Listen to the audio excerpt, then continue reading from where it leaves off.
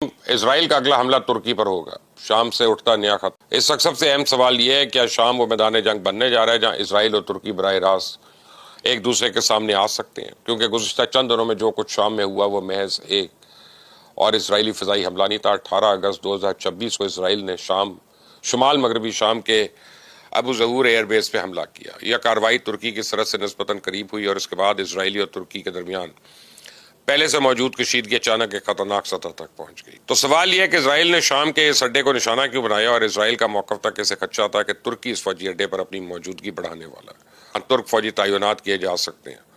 ترکی نے اس دعوے کو مسترد کیا۔ انقرہ کا کہنا تھا کہ شام میں اس کا کردار تربیت، تعاون اور فوجی ماہرین کی مدت تک محدود ہے، اور ابو ظہور میں ترک فوجیوں کی موجودگی کا اسرائیلی دعویٰ درست نہیں۔ لیکن سوال یہ ہے کہ اگر ترکی ابھی وہاں موجود نہیں تھا تو اسرائیل اتنا پریشان کیوں ہے؟ کیونکہ اسرائیلی صرف آج کی صورتحال نہیں دیکھ رہا، وہ شام کے کل کو دیکھ رہا ہے۔ اصل میدان جنگ کیوں بن رہا ہے؟ بشار الاسد کے اقتدار کے خاتمے کے بعد شام میں طاقت کا پورا توازن تبدیل ہو چکا ہے۔ ترکی نئی شامی حکومت کے ساتھ قریبی تعلقات قائم کر رہا ہے، تعمیر نو اور فوجی تربیت میں کردار ادا کر رہا ہے، اور شمالی شام میں پہلے سے اس کا ایک اہم سیکیورٹی کردار موجود ہے۔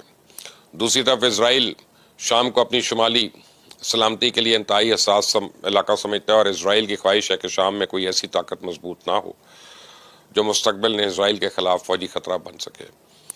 ترکی کی سوچ اس سے مختلف ہے، اور انقرہ ایک مضبوط متحد اور اپنے اثر رسوخ کے قریب شام چاہتا ہے، اور یہی بنیادی تقاضا ہے اور یہی بنیادی تضاد بھی ہے۔ دوسری طرف اسرائیل شام میں کسی ایسے فوجی طاقت کے قیام سے خوفزدہ ہے جو اس کی سرحدوں کے قریب پہنچ جائے۔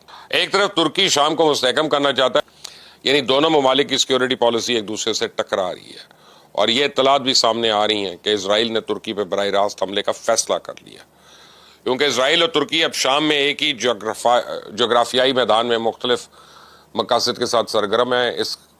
اسی خطرے کے باعث امریکہ ترکی، اسرائیل اور شام کے درمیان ایک ڈی کنفلکشن میکنزم قائم کرنے کا سوچ رہا ہے تاکہ دونوں ممالک کی افواج کے درمیان براہ راست تصادم سے بچا جا سکے۔ سوچیں، امریکہ کو اب یہ فکر ہے کہ کہیں ترکی اور اسرائیل کی افواج شام میں ایک دوسرے سے ٹکرا نہ جائیں۔ گزشتہ برسوں میں ایرانی میزائل جوہری پروگرام، حزب اللہ اور شام میں ایرانی اثر رسوخ اسرائیل کی سیکیورٹی پالیسی کے مرکز میں رہے، لیکن اب خطے کی صورتحال بدل رہی ہے، اور ایران کی طاقت، شام کی سیاسی تبدیلی، حزب اللہ کی صورتحال اور خطے میں نئے اتحادیوں کے بعد اسرائیل کی ایک اور مسئلے کا سامنا ہے۔ ترکی کا بڑھتا ہوا علاقائی اثر رسوخ۔ ترکی نیٹو کا رکن ہے اور اس کے پاس ایک بڑی فوج ہے، اس پر جدید ڈرونز ہیں، جنگی طیارے ہیں، فضائی دفاع ہے، شام میں عملی فوجی تجربہ ہے، اور سب سے اہم بات، ترکی شام کے مستقبل میں ایک مرکزی کردار ادا کرنا چاہتا ہے۔